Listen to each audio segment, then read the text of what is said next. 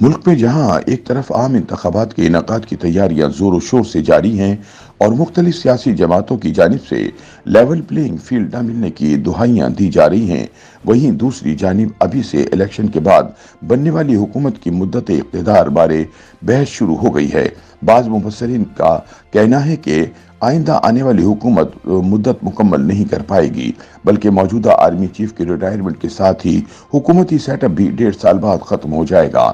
دوسری جانب سینئر صحافی جاوید چودھری کو دیے گئے ایک انٹرویو میں پاکستان تحریک انصاف کے سابق رہنما اور سابق وفاقی وزیر فیصل واوڈا کا کہنا ہے کہ عام انتخابات کے بعد بننے والی حکومت محض 18 ماہ کے لیے آئے گی اور وہ کسی ایسی حکومت کا حصہ نہیں بننا چاہتے جو اتنے مختصر عرصے کے لیے آئے گی، اسی لیے وہ الیکشن میں حصہ نہیں لیں گے۔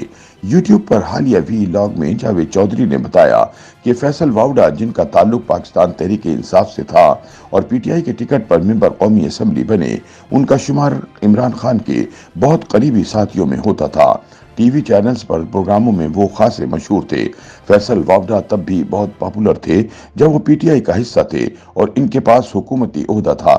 آج بھی مشہور ہے جب وہ پاکستان کی کسی سیاسی جماعت کا حصہ نہیں ہیں اور نہ ہی ان کے پاس کوئی عوامی عہدہ ہے۔ جاوید چودھری کا کہنا تھا کہ پی ٹی آئی کا حصہ ہوتے ہوئے فیصل واوڈا مسلم لیگ نون، پیپلز پارٹی، ایم کیو ایم سمیت متعدد سیاسی جماعتوں کے خلاف تھے۔ ان کا بیانیہ تھا کہ تمام سیاسی جماعتوں میں جتنے پرانے سیاستدان ہیں وہ اب بزرگ ہو چکے ہیں۔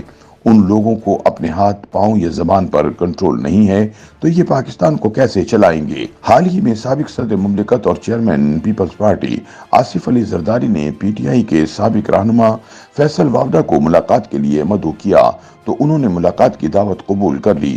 دوران ملاقات آصف زرداری نے فیصل واوڈا کو پارٹی میں شمولیت کی آفر دیتے ہوئے کہا کہ پیپلز پارٹی کے دروازے آپ کے لیے ہمیشہ کھلے ہیں اور ہم چاہتے ہیں کہ آپ پارٹی کا حصہ بنیں۔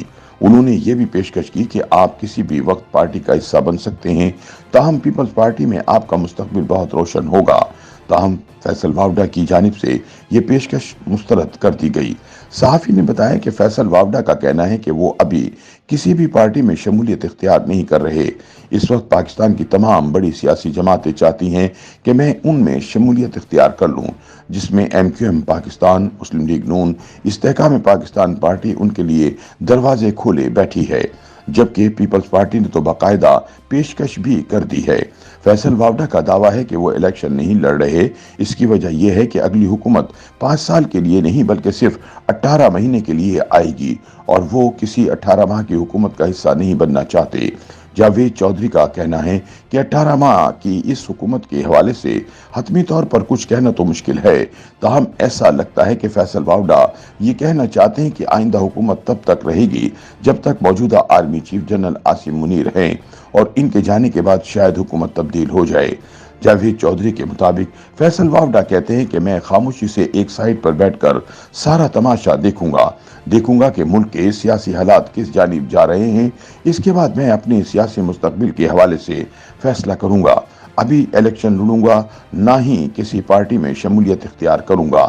ان کا خیال ہے کہ اگر میں پیپلز پارٹی میں جاؤں گا تو میری خبریت کی حص ختم ہو جائے گی اور یہ بہت بڑا یو ٹرن ہوگا جسے ابھی میں برداشت کرنے کا متحمل نہیں ہو سکتا۔